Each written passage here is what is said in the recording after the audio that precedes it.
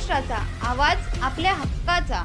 21 तारखेला कल्याण स्टेशनच्या platform number 1च्या बाहेर 54 डिटेनोटर मिळाले होते।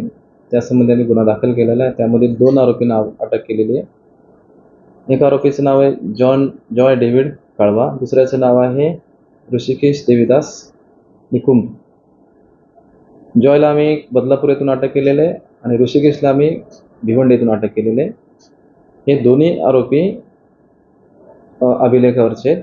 त्या दिवशी जॉय आणि त्याचा मित्र जो आरोपी आहे सोबतचा, हा त्याच्या मैत्रिणीला रायचूर येथे सोडायला गेला होता आणि सकाळी पहाटे येऊन ते कल्याणला आले होते। त्यांना भूक लागल्यामुळे ते बाहेर गेले आणि एका झोपलेल्या कपलची बॅग चोरली। त्या बॅगमध्ये काय आहे हे शोधण्यासाठी त्या ठिकाणी आले आणि जे आवश्यक ते सामान आहे ते घेतलं आणि हे डिटोनेटर फेकून दिलं।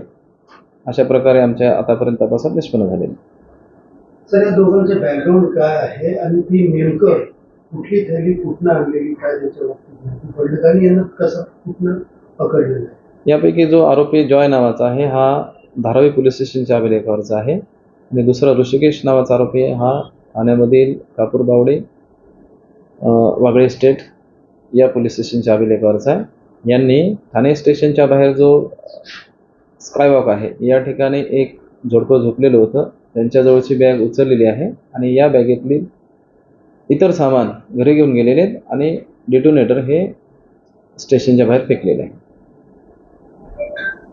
तुमच्या परिसरातील काही घडामोडी किंवा समस्या असतील तर आमच्या वृत्तवाहिनीला संपर्क करा आणि तसेच सतत अपडेट राहण्यासाठी आमच्या वृत्तवाहिनीला सबस्क्राईब करा आणि बेल आयकॉन दाबायला विसरू नका।